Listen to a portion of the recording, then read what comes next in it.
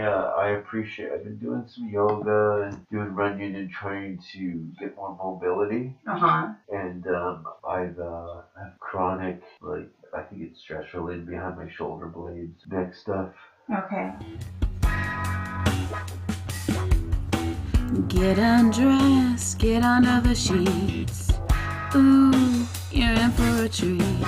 No, I promise this is not a dream. It's just a happy ending with Joy Eileen. So I do have a disclaimer so you don't sue me Uh-huh. if I hurt you. I'm not going to hurt you. But Yeah, of course, you gotta cover your ass. the views and opinions are not those of this establishment. Also, this establishment, including me, assumes no responsibility or liability for any loss or damage suffered by any person as a result of the massage or this establishment. Normally I do it in my massage room. Alright, so episode I don't even know right now, depending on how many I can recover. And I have on my table. My name is Jason Rouse, and I'm gonna try not to squeal like a young child, because this is long overdue. But Oh, I can already feel where you're winding up. It's like a shark circling a blood pool. You know exactly where everything's going, through all the bones and the meat. Did you have to study like anatomy and skeletal thing? I don't know what the process is for this kind of stuff. Well, I did. I actually was going to school for physical therapy. Mm-hmm. So I've done everything up to nursing school, basically, and then I did massage school. As somebody who's with physical therapy, I'm gonna mumble through my seizures here. To your interest, maybe I have 2 plates and 8 screws in my right elbow from a multiple compound fracture in I guess early 90s. I hyperextended my arm skateboarding and broke it in 3 places and pushed the bone through the back. That is awesome. So I ended up with two long plates. Oh, jeez. 2 long plates with 4 screws on each side, and bone that runs below the elbow, or the splits into 2. The radius and the ulna. It was really bad. And speaking of disclaimers, my poor mother had to come in and sign a waiver saying that during surgery, if there was an issue, because the damage was so severe, the x-ray looked like a truck had run over my arm at the elbow, and where I'd fallen, and because of the puncture in the back of my arm, the lime dust from the recently paved or concreted underground parking area where we were skateboarding, there was lime dust, and if anybody knows, as I know now, gangrene. Oh shit. Yeah, so there was a couple, it wasn't looking good. So before I went under, I'm like, fuck. I think I panicked. I had some sort of mild panic attack, not only because of the pain, because I had something to eat. An hour, I drank some super big gulp an hour before the accident. I had to lay on a table. They weren't able to put me in the surgery, so I had to writhe in pain. Yep. On a table to wait for the things to go through my system so I wouldn't wake up vomiting everywhere. Oh my gosh, that's awful. It was not quite as painful as, oddly enough, as having 4 wisdom teeth extracted. Oh, don't say that. I'm supposed to get mine done. I've actually paid for it, and I have not made the appointment. That was like a year ago. I don't know what, because it was done in Canada, and did I have to pay for that? I paid for dental, yeah. It was, it was worse than my broken arm. Really? Did you get the dry sockets? Is that what it was? I was so concerned about that, not only because you can get poison in your jawbone, but the one tooth was impacted. Ooh. So I had a wisdom tooth in the back left, I think it was, that they'd had to saw in half and crank out like a old nail out of a board. It was terrible. And I don't know if they were skimping on the painkiller dosage, but yeah, it was bad. See, all of that is like dirty talk to me. I'm that weird chick that when my patients come in and they're like, oh, I had surgery, I'm like, I want to see your scar. Oh, you can see the one down the back of my arm. I went out skating and re-broke it, so they had to do 2 surgeries on it. Oh my gosh. How soon? Maybe a month after the surgery, I went out, had fallen again on my cast. The doctor did a follow-up x-ray, and there was a big a white line that had widened, and the only thing that was keeping it together was some pins in the back. Oh my gosh. And in my mind, you just kind of get a hammer and get a little tap. I'll put that back together, doctor. You know, I've seen some medical dramas. Complete operation. Yeah, I can. That. No, he was like, dude, say dude. If he said dude, I'd want to see a certificate. He said, fuck. That's, yeah. And I'm like, it's bad. He goes, did you fall? And I'm like, I fell. And he's like, you're an idiot. And I'm like, I'm an idiot. You gotta go back into surgery. And I'm like, oh, fuck. So I think for probably about 8 months, I had a cast from my wrist to my shoulder. Oh my goodness. And bathing. And oh. Yeah, that's a pretty one right there. Uh-huh. And it was like dragging a plaster anvil around it. Yes. Not fun. My oldest broke his ankle, and he had to have the cast all the way up to his thigh, and that was how old? He was 16. Yeah, he was 16. It was when he played football, and some linebacker man, one of those people, blindsided him. Stepped on it. Just snapped it. I had one of my fingers in my hand. I had a piece of a beer bottle in the grass, and somebody had jumped off a fence and landed on my hand and punctured the beer bottle right through my hand. The glass, ugh. I had a wine bottle break over me when I was 3. What? When I was 3. What kind of parties were you going to that you get wine bottles? Isn't that sad? Like, I am the most responsible person. I'm probably the most boring person anybody ever meets. But I was 3, and it was like my grandma and grandpa's anniversary, and my dad bought this bottle of wine and stuck it next to me. And I was in the basket, and the basket flipped. It hit something and like flipped the whole basket over, and 23 stitches later. Yeah, stitches.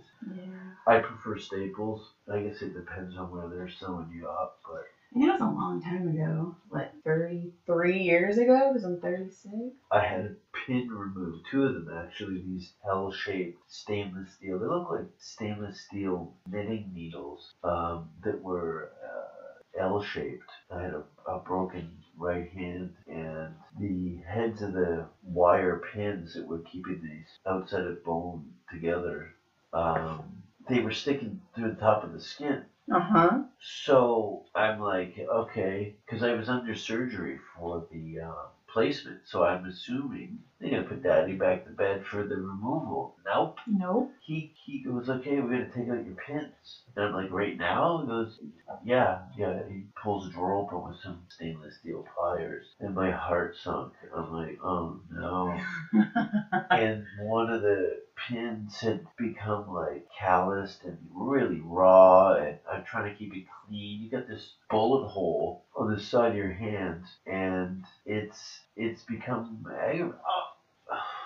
Sorry. That's okay. I'm just acknowledging your intentions. I'm acknowledging your thumbs. I couldn't ignore that one. What's that from? That's a different one. Those are your scalenes. You have 3 muscles on top of your scapula. Uh-huh. And those connect to your delt. They're apparently attached to my teardrop stuff. I just cried into this pillow. That's my favorite thing ever. Joy in the pain. Yeah, it's a humbling experience when people start prodding in your tissue and come across these landmines that are just paralyzing me. I've been carrying this around. Mm-hmm. I find that eating a little better helps. It does. Being on the road for so long, everything is, your whole compass becomes different time changes and travel and eating wrong times of the day and sitting for hours, and you develop these kind of hunch knots. Yes. And your posturing starts to change. You just start to become a troll. Well, I mean, you shouldn't have a routine, but you should, if that makes any sense. Like, you get kicked off of all routine, and you never know, and your body can't accept it. Yeah, and that's the chore, is to find these anchors that, okay, if I could just do this much exercise, kind of food for this duration of time, I can weather the storm of being on a plane for 8 hours. Yes. It will make the bullet a little less painful. You know, getting after your planes, trains, and automobiles, you feel spent. Yes. From just commuting. So I found this city not enforces it, but helps perpetuate that kind of, more for vanity's sake, but health kind of comes along with it in some part or another. Being active outdoor. A lot of people, you'll see them on these Hollywood hiking paths, full makeup. Mm-hmm. Lady, you're trying to break a sweat out here, and you've got a trowel of shit on your face. Like, it never. Everybody looks great. It's more like a cattle auction. Yes. But again, look where it is. Exactly. Of course. And it rained today, so there's a lot of less dog shit around. Yeah, clean it up. Dog shit, bum shit. Oh, lots of bum shit around here. There's a street not far from where we are, and there's a Gower and Sunset, and there's a series of Gower Studios. TV studios. And on the other side is some sort of banking, a wall or some building. There's some industrial setup. Well, on the studio side of the street, white walls, clean. On the other side, it is District 9. It is a bloodbath of piss and shit, and it heats it up. Oh. And they're intense smoking bath, and they collect, like, I don't know if it's the city or whatever, but there's occasionally they do some cleanup, and you can go harder there. Okay. Yeah. Yeah, those glutes are tight. Yeah. They do occasional cleanups where you'll see that they've come through there and sprayed it down and removed. Because these fuckers will set up a whole living room set that they've been collecting in the night, like trash pandas, and piling up all this furniture and things that they think they've squirreled away for safekeeping. It's a weird state. It is. We'll just use the elbow. I'll just stick my elbow in your butt. Reminds you of customs. They're way more aggressive. Nope, they're less aggressive. Well, challenge accepted. I'm trying to focus on the sentence too, but I'll just let you. I'll stop talking. You can. I've done this 4 times now, and almost verbatim, every person on the table, they're like, you're gonna have to talk right now, Joey, because I can't do it. No, you're the puppet master. I'm sorry. I didn't mean to. Whatever I did, I apologize. I think you can find world peace with a series of. Some people just need to relax. Yes, some people need to get out of their own head and stop being so entitled. It's madness. It's crazy. It's gluttonous behavior. And it's rough because I try to be like I try to be like my name. I'm joy, I'm happy. And it's hard because I'm like, fuck you, people. Well, a lot of people, because of that disposition, will go out of their way to sabotage. Yes, and there's a lot of vampires too. They just suck it from me, and I'm like, all right, I can't keep giving all of it. Like, no, I've been more recluse because of that. There's a lot of very good actors. I think that's how we kind of started talking at the patio in the Comedy Store, which is how this all came. This is so typical of the Comedy Store. Right. You're having a conversation with somebody, and it's nice to meet you and your husband there. Oh, where you from? Blah blah blah. My Canadian accent started to roll in there. Did you hear that? I got it. Did you know, or did I reveal that? You did reveal that. Okay, I think that's kind of rooted in what we were talking about a minute ago with the fake. I try and maybe hold the flag, the Canadian flag up, go look, I'm friendly. Right? You know what I mean? Like, we're known for X, and some things are not really negative at all, really. Mocked in hockey and names of celebrities or whatever it is, but mainly known for politeness and A's. Yes, A's. But yeah. I'm just starting to, like, relax. Good. I know it takes a while. I'm trying to get out of my head. That's another thing too. Your body's like, what the fuck are you doing to me? Yeah. And your body is super tense, so you're not gonna relax until probably 2 hours when I'm gone, and it's like, okay, she's gone. Yeah. It's like a Stockholm syndrome. Is that right? Right? So the Stockholm Munchausen, what am I? Stockholm syndrome. I think it's where you become like your captor. Yes. And you kind of fall, not Florence Nightingale type stuff, but you kind of fall into the politics of it. Yeah. Anyway. So when did you come here from Canada? That sentence makes sense? Yeah. Right. Yeah. 10 years ago. Okay. Now, because I'm still Canadian, I'm here usually in the States minimum of 6 months out of a year. Okay. I usually spend a couple of months in Canada, and usually, Anyway, yes, to answer your question, I've got a lot of things going through my head. I think I have blood in my mouth now. But it's interesting.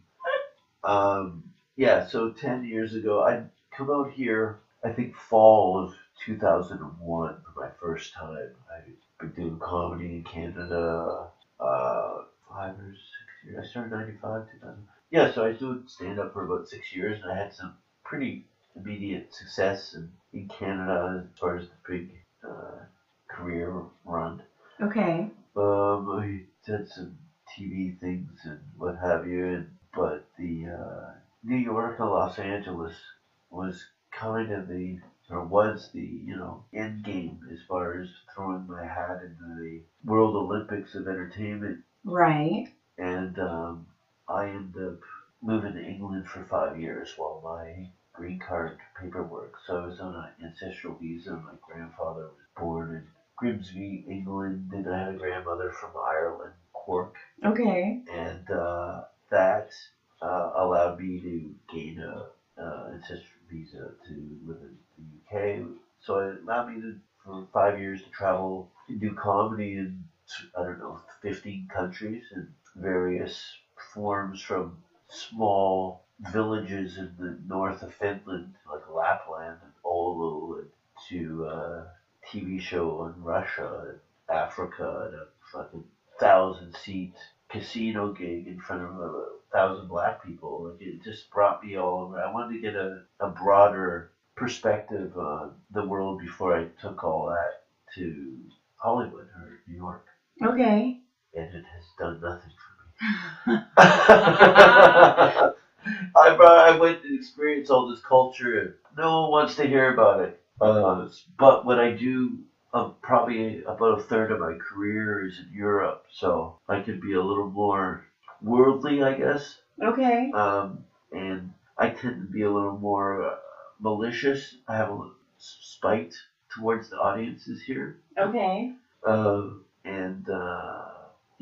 Because these types of people that we were kind of outlining, these are the people who sit in the front row of my fuck shows and get on their fucking phones and Snapchat their stupid shit. Mm-hmm. And I am a lunatic. So I make somebody cry, they go to the manager, and the manager sides with Mrs. Shitlips and her dumb boyfriend. Right. But that's what it is. But then New York, the West Coast, it's typical East Coast, West Coast things where people in like New York and London, when these cities are a little densely populated, have more of a longer history of live entertainment in the arts and things like that, or tend to be a little more, they'll test you. Right. But at the same time, they'll, if you can bring it, they'll give you the respect. Right, they'll accept you and bring you in. Yeah, nobody wants respect here. They want They want- status at all costs. They want the attention.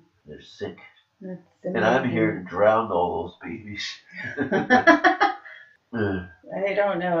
Yeah, I watched that clip that you sent me, and Yeah, I figured I'd start at the top, and if you were still curious or serious, that would be almost a worst case scenario for somebody who is conservative or mildly uptight. yeah, I could see that. But I wasn't even having any ideas of what you would find humorous about, but you seem genuine enough to at least give it a whirl. well, see, my absolute favorite thing is when I get on stage, people are like, "Oh, look, it's the chunky fat chick, and she's just gonna say silly things and make us giggle." And then I open my mouth, and some of the crudest things will pop out, and they're like, "Wait, no, we weren't expecting," and that's my favorite. That's because and there's stereotypical politics that go with people's physical appearance. Yes. And because it's fashionable to, the beard and the glasses, or, these kind of hipster kind of things that just because you happen to dress or carry some of those traits that you automatically involve your politics in that tribe. Right. And it's not cool. No, it's not. But, that is the, what's the word I'm looking for? One of those hurdles. Uh-huh. You know what I mean? Yeah, but I run into it in a different perspective where people know or aware of what I do and take license to kind of approach me in a certain way. Okay, I could see that. And that's why I try and go out with psychos.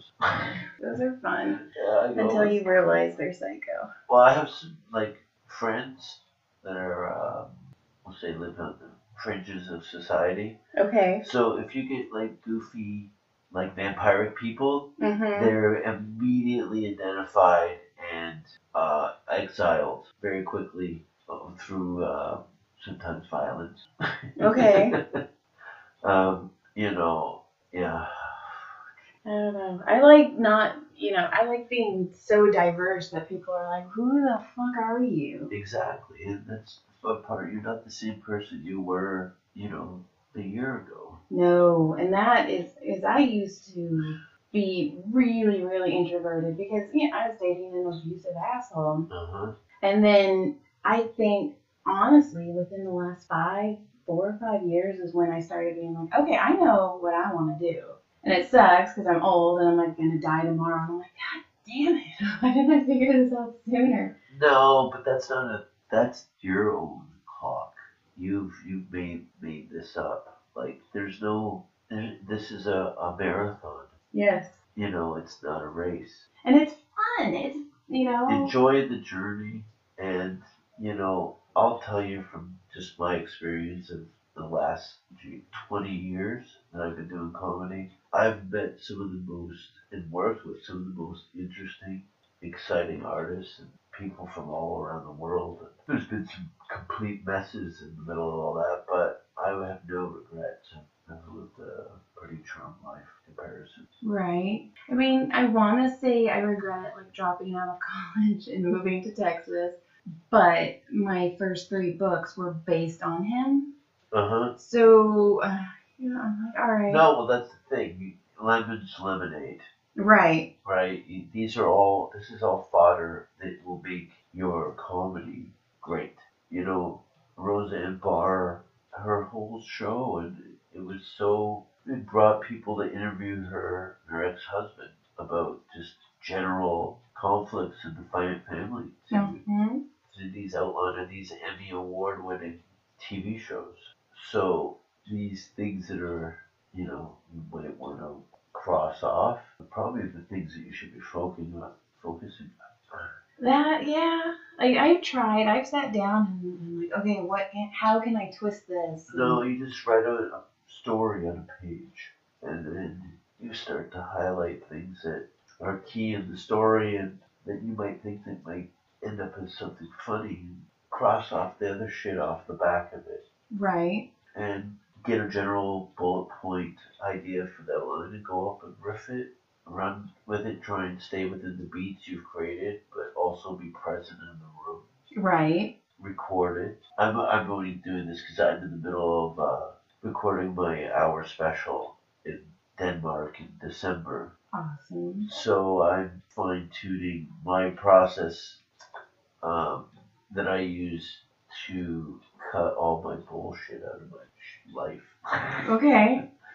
As you can see on the wall, there's a bit of a system in place in the early stages of how I kind of develop the hours, and all the boxes have to be checked and I's have to be dotted.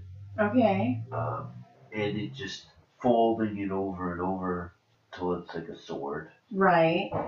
But the framework of it is based on time, and each box is a minute, and there's 60 boxes, and there's 10 minutes on each box. Every 20 minutes is a act break, so there's 3 acts. Okay.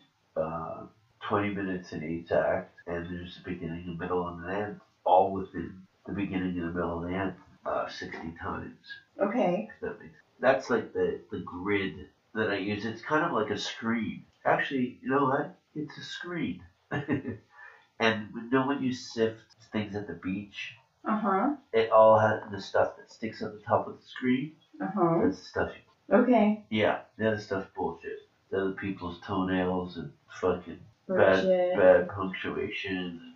You know, so that is there's no the framework that will not lie as far as time. Right. But the soul has to be quilted all through that for me. No, I get that. So will this be your first hour special? No, this is gonna be. Let's see. This is my second hour special. There's been an HBO performance and some Showtime stuff and various things in other countries, but this is my big thing. This is my favorite baby so far. Okay, I like that. Yeah, this baby's gonna be spectacular. Horribly disfigured. Well, they should be. It's gonna be full Rocky Dennis. This baby, and I'm gonna kiss him right on his forehead. Tell him I love him. And I don't care if everybody pees on him. That's funny because normally the babies pee on you. They do, but I am not paying the prices that they're charging now for baby piss. And these kids are cheating. They eat a lot of asparagus and that Gerber's baby piss spray. I don't know what. Oh, there you go. That's how you get me to shut up. A lot of people would love to know where these buttons are that paralyze me. The stop buttons. Yeah. Push him behind his shoulder and watch his eye well up. When his lip starts to twitch, you know you got there. Why is my ass so sore? I've tried to do a stretch to open all that up. I don't know if I hold things in. I don't know. Well, you have to think, okay, so this is your center. Yeah. Everything hinges off of this. I And know. The glutes it's funny because people are like, no, don't touch my glutes. And then I'll just do like this, stick my fist in it. And they're like, oh shit, that's sore. And I'm like, yeah, this is like your center of gravity. This is where you go. And when you are doing anything, you're sitting down, you're standing, this is the thing that holds it. Now, whether or not you want to put your stress in your shoulders or not, some people like to do that. Like my shoulders are always behind my ears because I just always It's worried. weird. You can't see this at home, but you're just pushing my hip from one side, and it feels like my whole side of my body feels like, And it's a so stress weird. reliever. This was my favorite part in massage school. I'm like, will you touch my ass some more? I had some ex-girlfriends take their elbows, and stab them. Yep. I'm looking for a chick with bony elbows and no feet. I want stump back massages. Okay, that's different. There's a market out there for that. I believe it. Jeez. I completely believe it because there's people will come in that room and ask weird ass things. And I'm like, no. Because I work at a chiropractor's office, and That's pretty straight though, right? That's pretty, that's as clinical as you're gonna get for back, right? we try. I mean, I do full body. People get completely nude. Uh-huh. I've been doing it for 11 years in July. And 11 years? yeah. Yeah, that's, yeah, you got some hours under your belt. Just a few. That's crazy, right? Like, you figure the amount of, like, skin. Yes. Like, no one has that, unless you're a Walmart greeter, and you can shake everybody's hand. You're never gonna run into that kind of people. No, and I actually was going to school for physical therapy, and massage therapy was just going to be like a short little, I'll go over here and do this real quick. And yeah, that didn't happen the way I wanted it to. And then everybody's like, oh, you could go back to school. And I'm like, yeah, but I'm trying to do the comedy. I'm doing the books. Don't listen to anybody. Yeah, it's not But me you're also anymore. talking to a guy who has a roommate and a Kiss pinball machine. Oh my god. Did you say you wanted to play that? Yes. Yeah. Okay, I used to hustle people when I was little. For pinball? For candy, because my parents owned their own business. They owned it was arcade? No, it was weird. So like one half of the shop was small engines, so weed eaters, lawnmowers, anything like that, and then the other half of the shop was bait and tackle, and it had like candy and drinks and just ice. It sounds like Canada. Like it sounds like Canada in the 70s and early 80s. Like I've been to those places. Right, and then at one point, like we started selling wood burning stoves. Like we had everything. Yeah. I'll get the box of night crawlers and the cherry cola, please. Exactly. I was the kid also that would have to open and dump the night crawlers so that people could see that they were alive. I know. And then stuff them back in the styrofoam thing. Like those kids that live there. Yeah. No offense, are weird. I am weird. Like nature it's so a matter of fact for that type of lifestyle. Then with city folks, because how many times do you come in there and people, oh, I'm going fishing, and they can't handle the horror of hooking a worm. Yes, and I'd have to go get the minnows because we had a minnow tank in the back of the shop. A 4-year-old girl hooking worms for a bunch of, jocks from the city. Oh, right. And then, but my dad he loved pinball, so he got a pinball machine. And I would sit there, and these guys would come in, and I'd be like, hey, I'll play you pinball, and if you lose, you have to buy me candy. And they're looking at me, this ragamuffin. I just never knew how to dress. I never brushed my hair. Still don't. And they'd be like, oh, all right, little girl. And I would kick their asses to the point where my mom's like, Joy, Eileen, you have to stop. And I'm like, but Mom. And she's like, you entrepreneur. have to stop. Well, but the other kids, they didn't apply any skill to prosper. Right. You had a legitimate talent. You weren't tricking anybody. No. They were just like, oh, I got this. I'll take this little girl's money. Right. I was just that weirdo. I mean, Candy, though, what was your top 3? Give me a year and your 3 favorites. Oh my God, that's hard.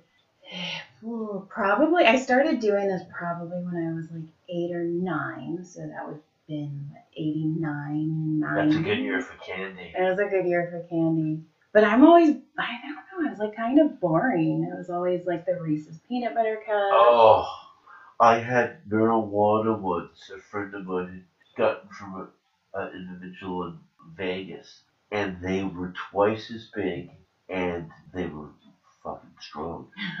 So I'm freaking out because sorry to cut you off here, but now because I had some chocolate edible before, now I got the munchies, and now you brought up Reese's peanut butter cups, and I'm having like this total flashback to this one cup I ate. Anyway, now I'm drooling on the floor. At least it's on my feet, which wouldn't be the first time. Even people drool on your feet. I had snot, drool. All the toxins. And some people are just, slack-jawed. They start going to sleep.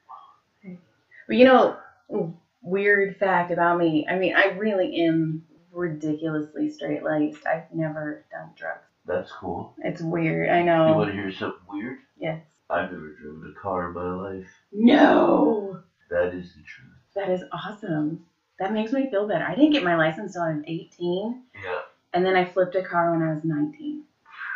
See, the first, when I was getting ready to move to LA, there was like, you're gonna need a car, you're fucked if you don't have a car. And I was the first few years, but once Uber came into play, I was cabbing, but the cabs were, all within Hollywood. So it wasn't too bad. I had to kind of be a little more selective, but once Uber came into effect, it really, brought down my costs. It was such a significantly less stressful thing. See, I've never done an Uber either. Oh, I make John take me, it's funny because I make John take me everywhere. I drag that poor man so many places. He's going to leave me soon. He's going to be like, okay, I can't anymore. And I'm going to be like, I understand. Does he like the road? He does. Yeah, that makes a difference. He used to professionally race go-karts. I broke 2 ribs on go-karts. I was going to mention that. That was the last thing I drove. Oh my God. Hamilton Mountain go-karts. I remember they were black and I had Taco Bell. And I hit the guardrail and threw up Taco Bell. I went and ate, what was this? 6 tacos in a box or something. It looks like a litter box. And busted my ribs. That was like 93. I don't think I've ever broken a bone. No drugs, ever. No. Wild. I know. Geez, you're gonna get a contact high despite touching me. Like, the amount of things, considering my age and but I always try to offset everything with diet and some exercise. I think the traveling helped keeping me moving, but right. I lost my train of thought. No, I'm just like the consummate good girl, and it sucks. No, you're not missing anything. But then, unpredictable. Oh, sorry. That's a weird one. What is that? That's still your scapula. It feels like there's something fucked. I don't know. It's a weird one. It's just tight because all this, I keep trying to pull it all down. Am I pulling it? My shoulder, yeah. Yeah, your shoulders will go up. Like, I keep pulling them down and then they keep creeping right back up. Really? Uh-huh. Like doing this? Uh-huh. But that makes sense, too, because you're getting attacked right now. Your body's like, why are we not running? Like, why are we laying here still and letting this girl just stick her thumbs in me? Uh-huh. Yeah. So your body is like, it's on the defense right now. And when I leave, it'll be like, okay, don't call her again. I think my body's on the defense in general. I'm always... It's just like, come on. If I could walk around with, like, I don't know, a clear plastic bag full of rattlesnakes, just to get around the city, to keep a safe distance from the animals, I think I think I'm the only one at the beach in black in this town. Yeah, I don't go to the beach. I would be the one in, like, black and white, and they'd be like, oh, an orca! Yeah, fine.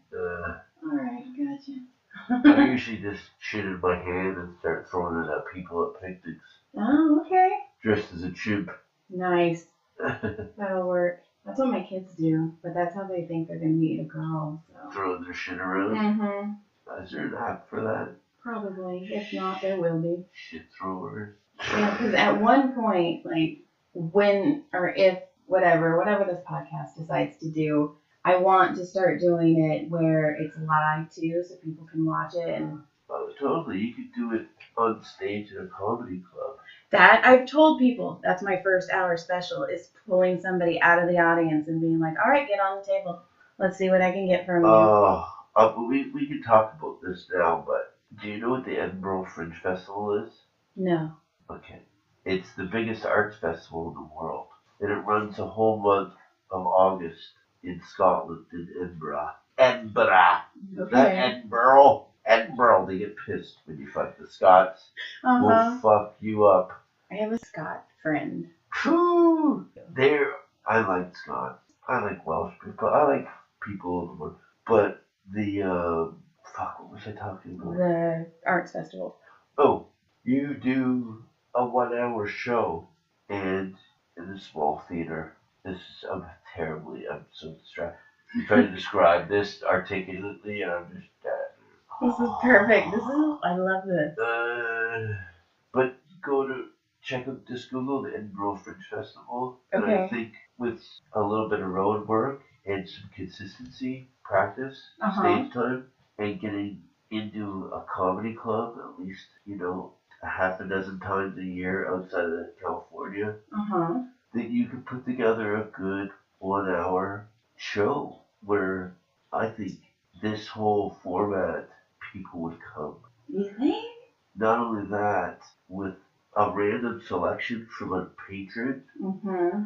you give a little disclaimer that this is the premise for the show. We're going to pull a name and somebody's going to come up and I'm going to spend the next 60 minutes going through my show, and where you can use them as your Ed McMahon, where they have to more or less be present.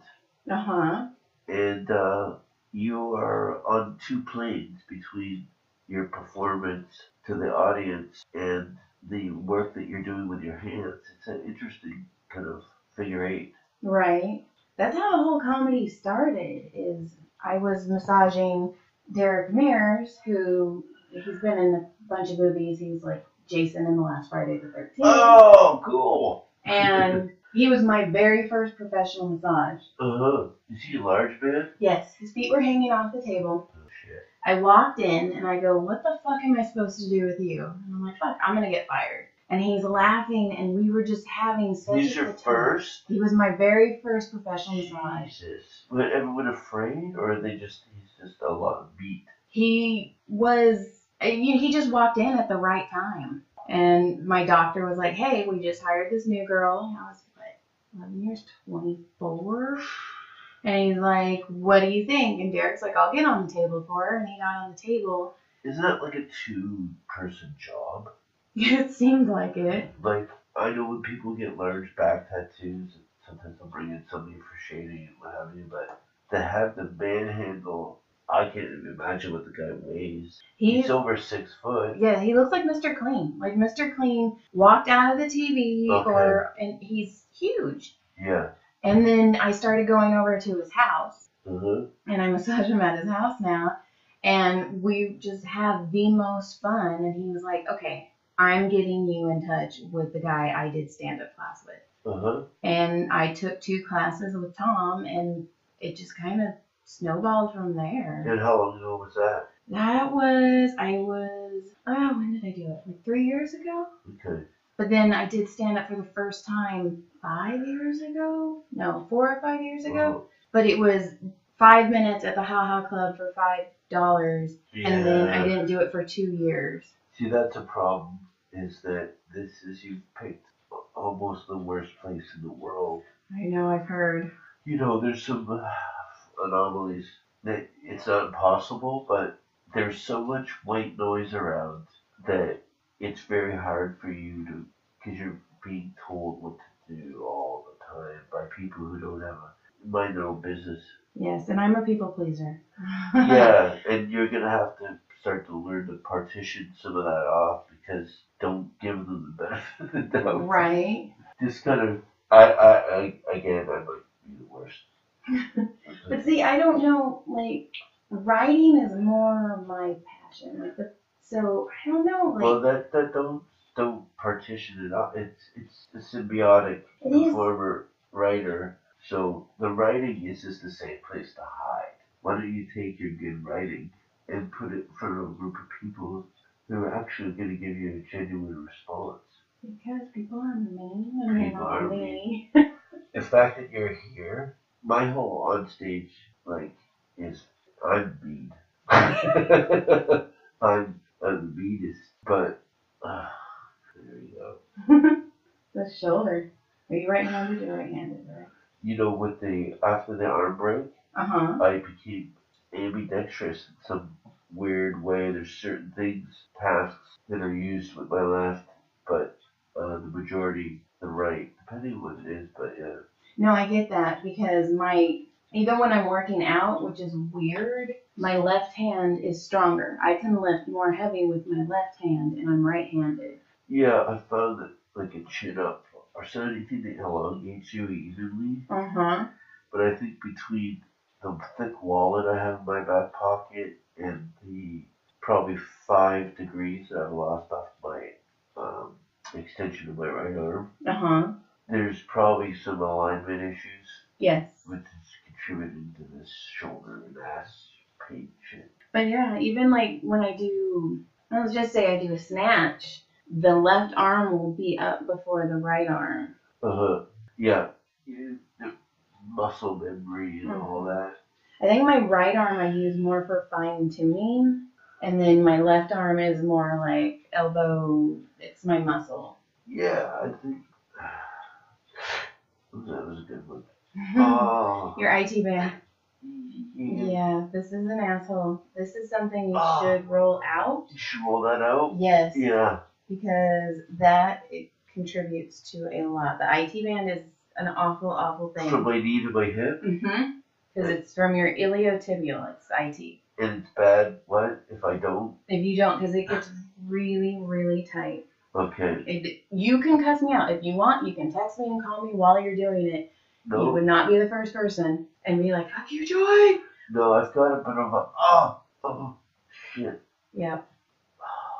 A ball. Yes, okay. And I haven't used it as much as I should, but I've been doing really long stretches. I'm trying to get longer. There's a couple stretches that are good for the IT band, but really rolling it out is gonna break it up. That's a weird one. I thought my nose. This is where fuck you, Joy normally comes into play. I don't take it personal. I don't like you. I'm flattered that. Is that from like climbing stairs? It could be from. Or am I dying? No, it's normally from a combination because everybody's like, what do I need to stop for this to stop hurting? And I'm like, living. Because normally it's walking and climbing stairs, standing, sitting, being at a computer, the way you sleep. You can't really pinpoint it to one thing. I've been sitting on a yoga ball at my that's good. little desk. Yeah. That's good. I found the slouching was killing my shoulders. That's also good for your coccyx and your sacrum, which are like right here, because when you're sitting, this starts to compress down. But when you have that yoga ball, it allows it to stay spaced. Yeah. That's my nerve coming out right there. One of my fears is the old man head that travels down to your waistline and your spine. I can't even imagine what their x-rays look like. Oh, they're fantastic. They must look like melting taffy. Well, it's just curvature of the spine, spinal bifida. Well, you start losing all of the padding in between your spine, so everything starts compacting, and then it wears unevenly, and the tissue in between the vertebrae starts to break down. Oh man! Then you get a rod, and then these muscles right here start compressing in and like converging together. Is that you kind of fold in on yourself? And you lose your muscle, like your muscle can't hold you up anymore because you have paraspinals that run all the way up your spine. And if those get weak, you're not going to sit up straight. And that's why posture is it's something you really need to pay attention to, but none of us do. You know what, too? It does affect your brain. Yes, it does. Very much. I find that once I was focusing more on my core and just my skeleton, especially I mean, I hate to say it, but the core is, I mean, it's so cliche, but the core is really, really, really important. Your digestion, your blood circulation, and all that stuff. It's a weird. And by having a strong core, your muscles work correctly because if you have a weak core, your body starts compensating for it. So yeah, it's a weird one. It is. Yeah, you just kind of throw your limbs around and figure that it'll work into itself. Yep. Yeah, exactly. And then if you're in pain or something is off, your whole body starts compensating. And then that side that's compensating for the side that's really hurt is the one that actually starts hurting more. Nerve damage. Yep. All that other fun stuff. Well, look at you. You survived almost an hour with me. Yeah. I swear I need to start making t-shirts. I survived an hour with Joy. Yeah. It's just a fist. Right. And that's the thing, right? What is that? Some gang? No, it's crazy lady. She makes you cry on the table. What? It's just my elbow. My elbow pain. People are like, do you sharpen that thing? Yeah, that's all I do. How do you find it getting on stage in the city?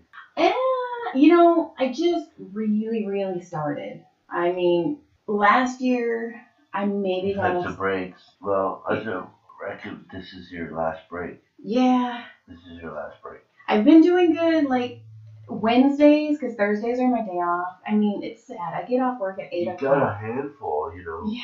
How many children do you have? 3 boys. Holy shit. Mm-hmm. So, yeah. Holy shit. You should have seen John. He's like, wait, you're going to Hollywood? And I'm like, yeah, he gets every other Friday off. And he's like, I'll take you. I'm like, I'm fine. And he's like, no, I'll take you.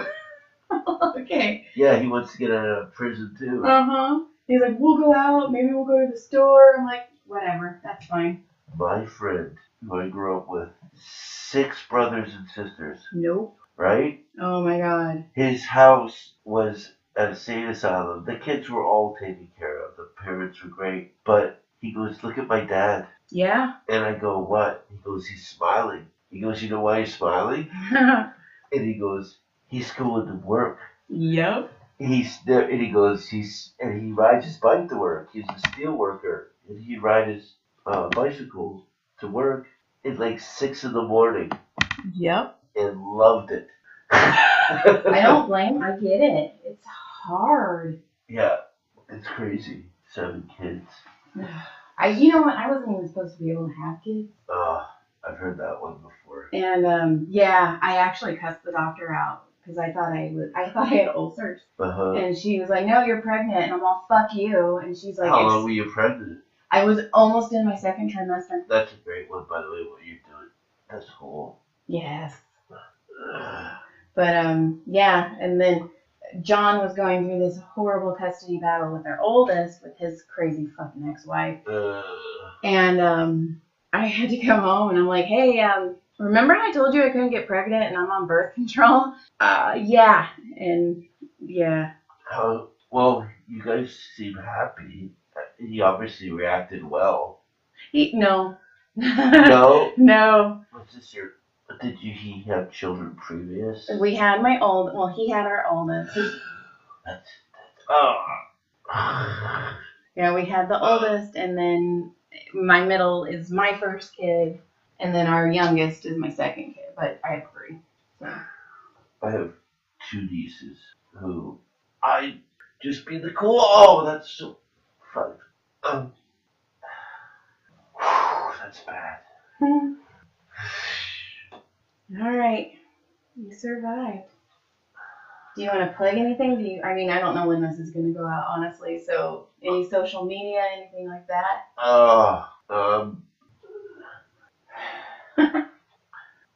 Should I just stop touching you for a minute? You can follow me on the internet. You can just Google Jason Rouse, Rouse. There's plenty of videos and social media, horseshit, and fan pages and all that crap. But yeah, my comedy's very distinct. Some people might say it just stinks. Oh, they're silly. They are silly. People don't understand. But you know what? I need silly people around to show me who the smart ones are. That's true. Thanks for having me. You are very welcome. And I hope you're nice and relaxed now. I feel great. This blanket I'm laying on is covered in my tears of joy. That's amazing. I love it.